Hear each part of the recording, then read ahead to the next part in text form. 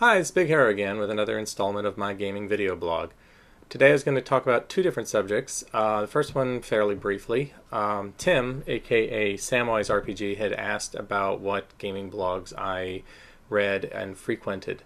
There are several that I have set up on my Google Reader for when they have new posts, but of the ones that tend to update more frequently, I thought I'd just list a few and I'll provide some links as well.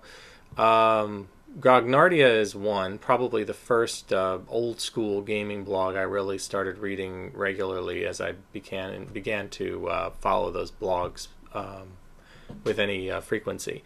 Big fan of James's work. He does a lot of insightful posts, and he is a good writer, and he has a lot of neat ideas. Another one is Jeff's game blog, Different Jeff Rins. Very creative, very crazy guy. Fan of a lot of his stuff. Very impressed with his take on a lot of very improvisational, kind of gonzo kind of gaming, but I get a big kick out of his stuff. Raggy's Lamentations of the Flame Princess blog, where he's been talking both about his process of getting his game out for marketing and for selling it, which he just recently managed to release, and also some of his thoughts about gaming and the so-called old school renaissance in general. He's got a lot of interesting ideas, and I usually get a kick out of reading whatever he has to say, even if I don't always agree. But hey, it's the internet. It'd be really boring if we all agreed. A couple more. I also read Lawful Indifferent, a lot of fun stuff there, and BX Black Razor is another one I've been reading for a little while. Last episode I reviewed his book, the BX Companion, but he also posts about general gaming stuff as well, not just about products. So there you have it. There are others as well, and I also am a frequenter of several message boards like Dragon's Foot and Goblinoid Games and that sort of thing. So moving on to the other subject I was going to discuss today, which was the one of scores and skills versus role-playing and character and player abilities, sort of player skill versus character skill, I guess would be one way to put it. And I was going to talk about that in a couple different points. So let's go ahead and roll on into that. Okay, player skill versus character skill. In a nutshell, this is, as a player, as a gamer, how knowledgeable and how experienced you are at these kinds of games, and how good you are at adopting and using successful strategies that tend to work regardless of the experience level or the individual abilities of your character. Character skill, of course, would be not only things like a thief's ability to pick a pocket, but also just looking at things like scores. Do you have a high intelligence? Do you have low charisma? And so forth and so on. And when is it okay to use your personal knowledge toward the game and applying things that you might know as a person in real life or about the game as a gamer versus what your character might actually know, what's written down on your character sheet? So I think it doesn't have to be so much one side of the fence or the other. For me, as a general rule, there are some things I think everyone can agree on that need to be rolled for. I mean, obviously the big example of that would be combat. You can't sit there and role play for me if I'm your GM and you're a player, explaining to me how you happen to hit this ogre just perfectly and he dies in one shot, or you blow up the Death Star, or whatever kind of game you're playing. That's the kind of thing that the combat rules are there for. There are tables, there are charts, there are formulas to follow, and you roll the dice and you see what happens. That's sort of the whole point. So obviously there are things like that that are going to be gamed out using the dice and what's written on the character sheet. Usually things that require physical action, this is a general rule of thumb for me, I'm going to usually look for some kind of die roll. Good examples of that are a lot of the thief type skills, whether you want to pick a pocket, sneak around quietly, make a saving throw against poison, bash open a door, or pick the lock. These kinds of things are the sort of thing that as a rule, it's going to be very difficult for you to role play, to me, if the giant spider hit and managed to inject its venom into your neck. How exactly do you role play that the poison doesn't take effect? That's what the saving throw mechanic is for. So that's something that's very much about what's on your character sheet, what's in the rules, and what comes up on the die when you roll it. Again, in a very general rule of thumb, if there are mental or psychological, whether it's intelligence or otherwise, types of actions or abilities, these are the kinds of things that are a little bit easier to leave to role-playing if you want to. Things like solving a puzzle or a riddle, bargaining or haggling or diplomacy, coming up with a good strategy for how to approach a particularly dangerous monster or situation. These are the kinds of things where, as a DM or a GM myself, I am more apt to leave up to the players to come up with something. I prefer to see that played out rather than leaving it to a die roll. Now, that's, again, a general rule of thumb. For instance, in the classic D&D and Labyrinth Lord and Retro Clones and things like that, an interesting area that comes up that's sort of neither one or the other entirely is charisma. Because charisma, if you look at the Mulvey basic rules and you read the description of the score, it says, and I'm going to look down here and read the quote directly for you, is charisma measures a character's force of personality, persuasiveness, personal magnetism, ability to lead, and physical attractiveness. And I'm really sorry, but I screwed that up. That is the quote from Labyrinth Lord. The quote from Mulvey is, charisma is a combination of appearance, personal charm, and leadership ability. Again, very similar, not exactly the same wording, but very similar ideas for both. So you have the physical aspect, how good looking are you? And then you have the things that are a little more intangible. I don't know if you'd call them mental, but the idea of your personal charm, your persuasiveness and things like that. These are the kinds of things that are more psychological or mental and less physical.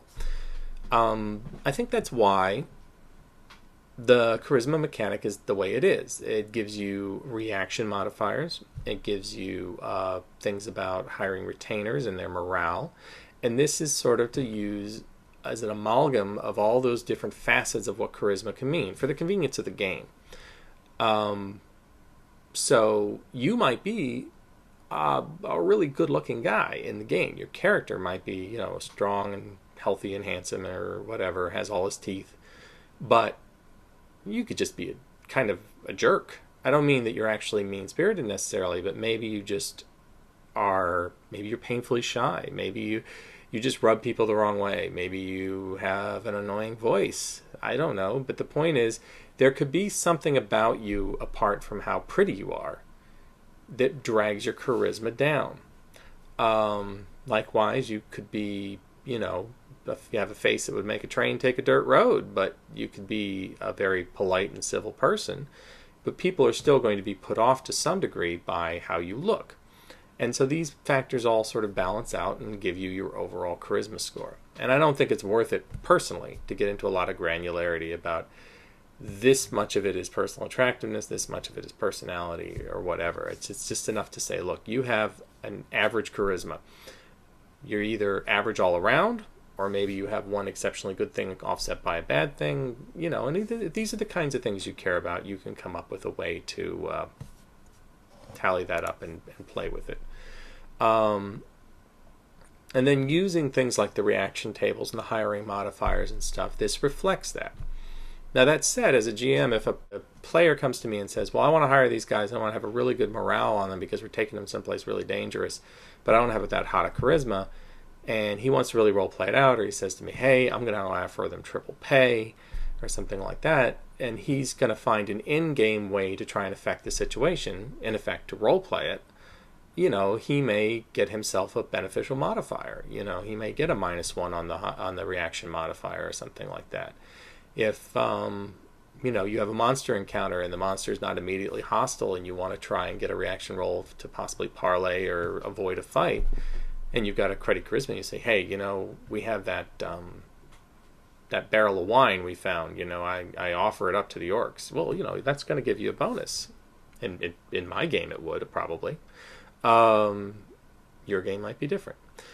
But this is an example I'm saying of where the two can kind of coincide. There's still a die roll involved. There's still a role-playing aspect as well. And I think both of these things can happen, not just with charisma. I think it's just an easy example because it sort of straddles the fence between physical and mental or psychological types of scores.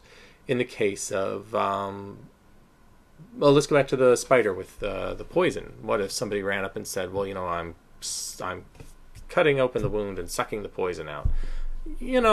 Does that really work in real life? I don't know. But yeah, I might give somebody a +1 on their saving throw if someone did that. That'd be kind of fun.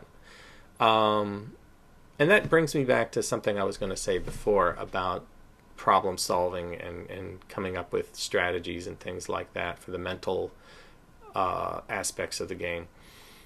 If a character isn't necessarily the smartest guy in the world, but his player is really interested in coming up with a solution to the problem, he really wants to figure out this puzzle, he really wants to come up with a really clever plan to attack the goblin camp or whatever it is, I'm going to tend to let it ride. And for no other reason than player involvement and engagement. And it's something I've talked about before.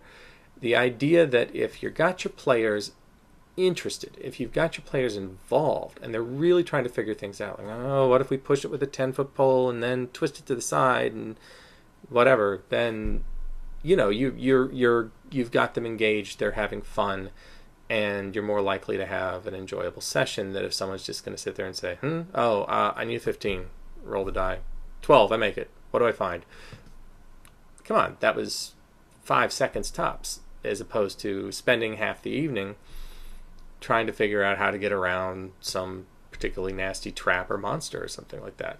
Now, some people would find that boring, but I think it's something you have to gauge for the individual game. If the players are into it and they're having fun and they're paying attention to the events in the game, I would be really hesitant to slam the door on that. So on the one hand, the thief is a good example of this. You have characters that have a skill. So what do you do then? Where you say, well, I have a 32% chance to find a trap. Well, what if I decide that kind of stinks and I just want to say, I've been playing this game for a long time. I know there's got to be some sort of pit mechanism or something. My take on that is generally to say, well, you ask me questions, I'll tell you what you see, what you hear, and so forth. You tell me exactly what you do. And if you think you've got the solution or you're on the right track and you have a clever idea, then if you find it, you find it. Or maybe if you think you're on the right track, it's going to get you a bonus if I know you're specifically looking in the right place. On the other hand, if you don't want to play all that out and you say, look, I have a thief character, I have the find trap skill, I don't want to have to describe it all, then I'm going to say, roll it. And you're going to get your die roll, and maybe you find it and maybe you don't. So that's how I tend to play the game. I tend to sort of straddle the fence a little bit. I don't want to nerf a character who has certain abilities or certain skills or good scores in some areas or whatever, or ignore the fact they have bad skills or scores. But at the same time, I don't want to inhibit the player's imagination and inhibit the player's involvement by saying, well, you don't have that skill, so you can't do it. The fighter wants to sneak up and shoot an arrow at the sentry. Well, you don't have move silently. You can't. Of course you can.